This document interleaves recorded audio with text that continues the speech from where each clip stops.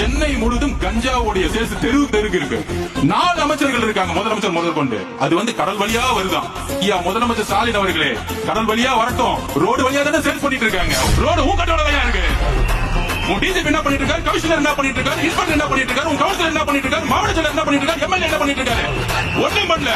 Father of corruption போட்டா கலைஞர் பேர் வருது, துபாக்கூர் பொலிட்டிஷியன் போட்டா வேற ஒருத்தர் பேர் வருது. ஐயோ, நீ என்னடா எங்கள்கிட்ட படம் காட்டிட்டு இருக்கிற.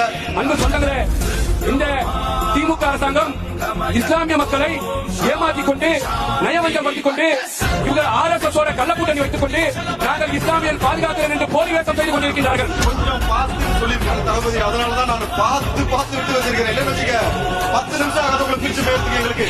ஓகே, எங்கேயாவது ஒரு திருடன் ஏதாவது ஒரு திருட்டு வேலை செஞ்சானா ஒரு விசில் அடிங்க, அந்த திருடன் அப்படியே தச்சு ஓடிடும்.